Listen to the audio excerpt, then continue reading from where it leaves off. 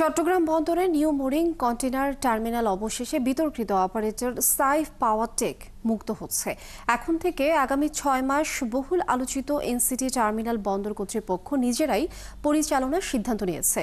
এর জন্য প্রতি মাসে 7 কোটি ব্যয় হিসেবে 6 মাসে 42 কোটি টাকা অনুমোদনের জন্য নৌ পরিবহন মন্ত্রণালয়ের মাধ্যমে সরকারের কাছে অনুমতি চেয়েছে বন্দর কর্তৃপক্ষ। সাইফুল ইসলাম শিল্পীর প্রতিবেদন। নৌপরিবহন মন্ত্রণালয়ের সচিবের কাছে বন্দর চেয়ারম্যানের পাঠানো এক চিঠিতে উল্লেখ করা হয়েছে, new mooring container terminal NCT আগামী 6 মাস চট্টগ্রাম বন্দরকে দিয়ে পরিচালনার নীতিগত সিদ্ধান্ত নেওয়া হয়েছে।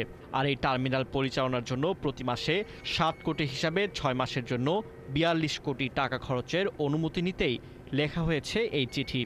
একনল অ্যাডভান্সড হাইজিন সোপ, এবার জীবাণু ধুলাবালি ঘাম ক্লিন বোল্ড। বন্দর কর্তৃপক্ষ জানিয়েছে, দীর্ঘ 1 যুগ ধরে বন্দরের নিউ মোরিং কন্টেইনার টার্মিনাল পরিচালনা করছিল বিতর্কিত অপারেটর সাইফ পাওয়ার টেক। আওয়ামী লীগ সরকারের পতনের পরপরই তাদের বিরুদ্ধে আন্দোলন শুরু হয়। নৌপরিবহন মন্ত্রণালয় বিগত আওয়ামী লীগ সরকারের সিদ্ধান্ত অনুযায়ী এনসিটি পরিচালনার দায়িত্ব দুবাই ভিত্তিক প্রতিষ্ঠান ডিপি ওয়ার্ল্ডকে দেওয়ার কথা জানালেও তীব্র আন্দোলনের মুখে অবশেষে সে সিদ্ধান্ত থেকে সরে এসে এখন বন্দর কর্তৃপক্ষ নিজেরাই এনসিটি পরিচালনার কথা বলছে।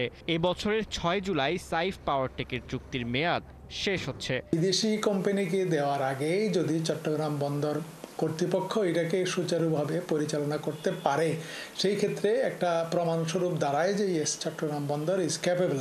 আর 2 নম্বর আরও একটা ব্যাপার আছে, সেটা হচ্ছে চট্টগ্রাম বন্দরে এখানে বাইরের লোক এসে কাজ করবে কি করবে না এগুলো নিয়ে নানা রকম কিছু কথাবার্তা আছে, সেগুলোকেও পাশ কাটানোর একটা সুযোগ বলে আমি মনে করি। চট্টগ্রাম বন্দরে হ্যান্ডেলিং হওয়া 32 লাখ কন্টেইনারের মধ্যে 44% এককভাবে পরিচালনা হয় এনসিটি থেকেই, যে কারণে বন্দরের 18টি অত্যাধুনিক গ্যান্ট্রি ক্রেনের মধ্যে 14টি এখানে বসানো হয়েছে। এখন যে কস্টটা হচ্ছে তখন ওই কস্টটা কমে যাবে। তার তো সব ইকুইপমেন্ট তো বন্দরের আছেই, শুধু সিটিএমএসটা তাদের প্রপার ম্যান পাওয়ার, প্রপার লোকজনগুলো যদি প্রপারলি সেট করতে পারে, তাহলে আমি মনে করি যে বন্দর স্মুথলি এটা অপারেশন করতে পারবে। এনসিটির মাধ্যমে দেশের আমদানি রপ্তানি বাণিজ্য সচল রাখতে অল্প সময়ে উন্মুক্ত দরপত্র আহ্বান করে অপারেটর নিয়োগ দেওয়া সম্ভব না হলেও এই নিয়ে বন্দরকে নানামুখী চ্যালেঞ্জের মুখে পড়তে হতে পারে বলে মনে করছেন বন্দরের এই সাবেক কর্মকর্তা। শ্রমিক যে সরবরাহের বিষয়টি, এটি কিন্তু বেসরকারি খাতে হচ্ছে। এখন এই বেসরকারি খাতে এনসিটির অপারেটর আমরা বদলাতে চাচ্ছি।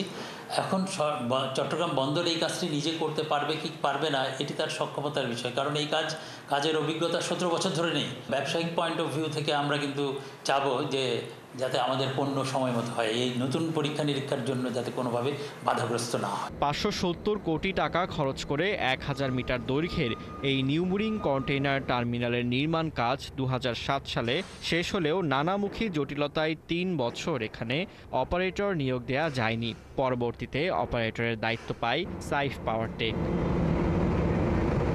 ফারদিন নীরব, 71।